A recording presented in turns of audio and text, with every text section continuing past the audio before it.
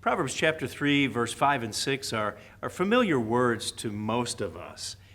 It begins by saying, "Trust in the Lord with all your heart. Lean not to your own understanding." Certainly we have to have full reliance on God, no doubt about that. But then it also says this in verse 6, "In all your ways acknowledge him, and he shall direct your paths."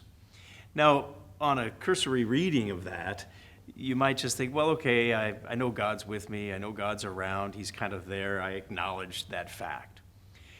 But that's really not what the Hebrew is talking about when it says, "In all your ways acknowledge him." That's the Hebrew word yada. It's Y-A-D-A in English. And when you look at that, it's more than just kind of a tip of the hat, just a general, yeah, I recognize he's there kind of a thing. That acknowledge really means to know him and his ways inside and out. It really gets down to the fact that I have to recognize that God is ultimate judge over all things, over my life. And that word yada, you'll find hundreds and hundreds of times throughout the Old Testament. And when it comes really right down to what it means, it has such a variety of implications.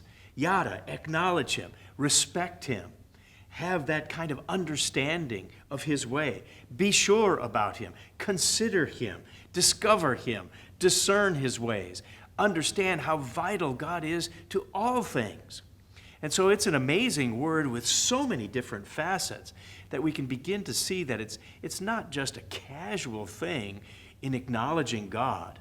It's something that we have to take to heart and recognize the fact that this is talking about a life-altering perspective, that in everything, in all things, we acknowledge God. We recognize his presence. We take our behavior and we order that according to his standard.